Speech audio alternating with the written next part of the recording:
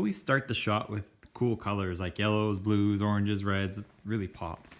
Hey folks, it's Ben. I'm here with a 2007 Chevy Uplander. It's mother-in-law's van.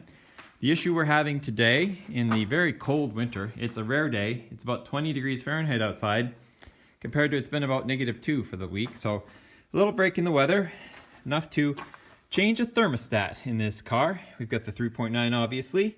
And our thermostat, unlike our Grand Prix, which if you watch that video, which is probably one or two before this one, it's right up top here. So we just pull the old bolts out, pop it out, put a new thermostat in, close it up, winning, right? Not with this one. What we have here is the same scenario of we have just to take the two bolts out and to pop this thing out, take the thermostat out, put the new one in and put it together.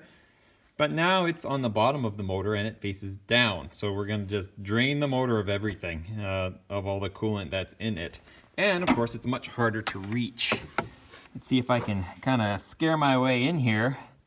Nope, light's not quite getting there deep enough for the camera to see. There it is.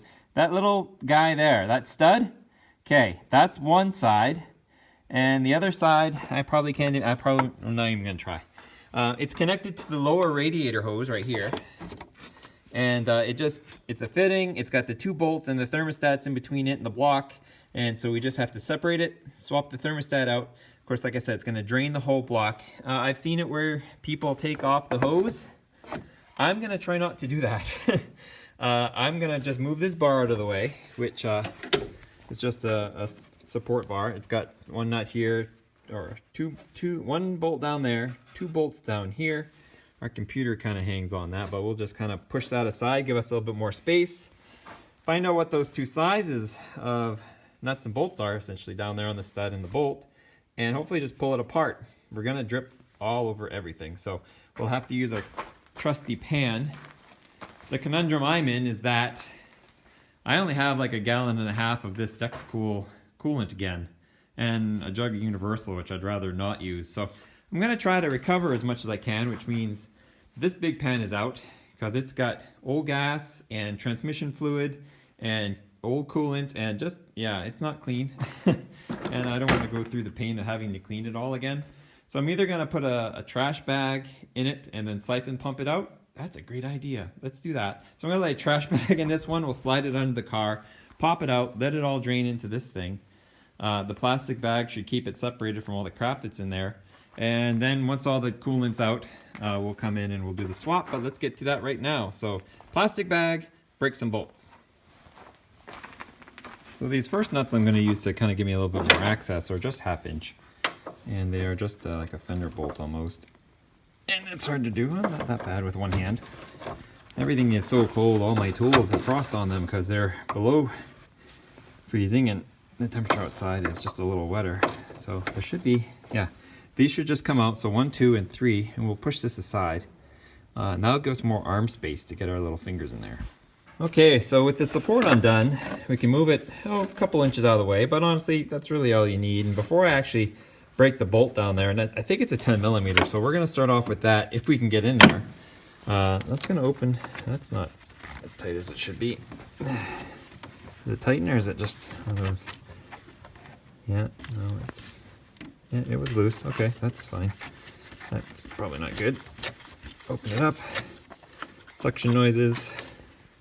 Yep, there's our coolant. Right up top where it's supposed to be. I even have it in my tank still, so that's cool. I did, ahead of time, when the car came in this morning, was spray some penetrant oil on it. Napa products, screw loose. Speaking of Napa products, here's our thermostat, so you kind of know what we're working with here, since I happen to be standing here. Here it is. Just like the Grand Prix, except it's longer, but ultimately the same. It's got the same rubber gasket, this gasket right here, around the edge, and long story short, we're gonna just burp the other one out, and burp the other one in, and put everything back together again. And the sealing surface actually comes and squishes this gasket for its seal, and that's really all it's required. So it's actually not hard, just getting to it's going to be the pain, knock on wood. Right now I have here's the motor, and my arm is down the front of the motor here. They didn't take much to break, so heads up when you put them back to not put them in that tight. 10mm. It's able to get a ratchet on the one towards the driver's side, and then if you just sneak under the hose, you can get the one on the passenger side, and there should be just the two of them. And right now I'm hand taking it out. It's going to be a pain in the butt to get these threaded correctly back in, because it's a weird angle, right? It's easy to get things out. It's going to be tough to get everything aligned to get put back in again. But so here's one. Boy, it's fine threads. That's one. Then we have the other one, which is on the stud, which I don't know if it and the stud's coming out or if the nut on the stud is coming out, but okay, so second stud's out. So we had the one bolt on the passenger side, stud on the driver's side. I did take the stud right out. My tray's ready to go. I should be able to grab this hose and give it a good shake and flush the toilet, I guess. Focus on that for me. So we're just gonna drain all that coolant out of the car. All right, so there's crappy lighting here, right? So, but here's the hose, and you can pull it forward.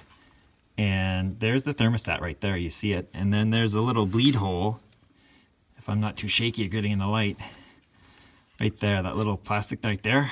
So we gotta pry this out with a screwdriver, I guess. Make sure the surface is clean, the one around the thermostat, which is, once again, out of the light. And then make sure the block one's clean, and that's all we really need to do. Once we put the new thermostat in, just make sure it sits that seal, because that seals essentially this gasket too, the thermostat and the gasket. Pop it all in and screw it back down again. That'd be great.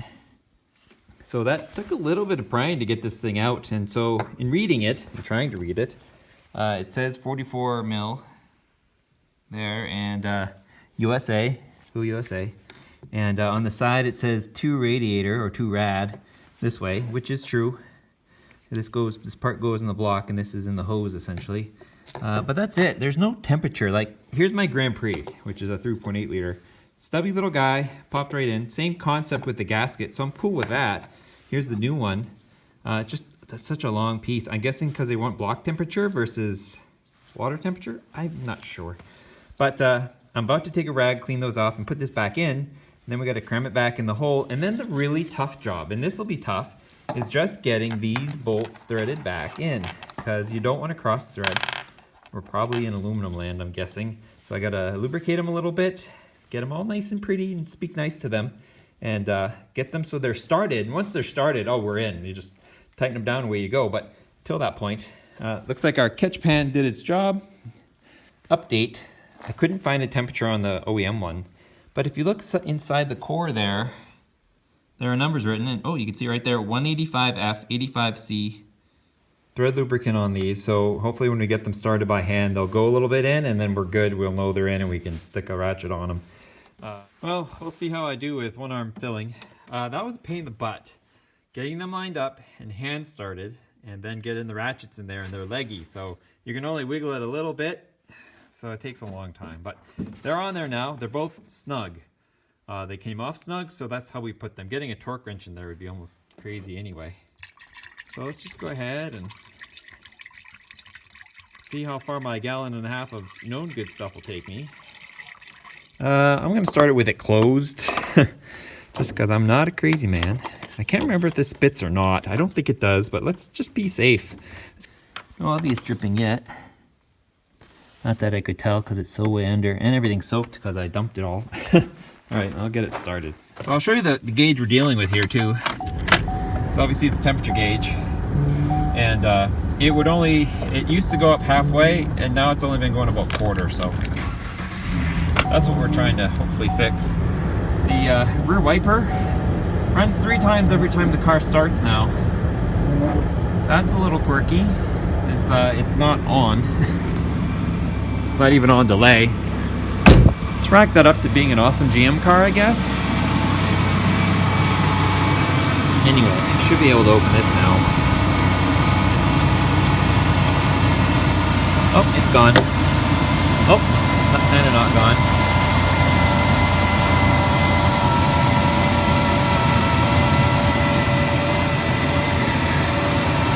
This way, there's a spot right there. If you miss, you just totally hit the accessory belt, so that's fun.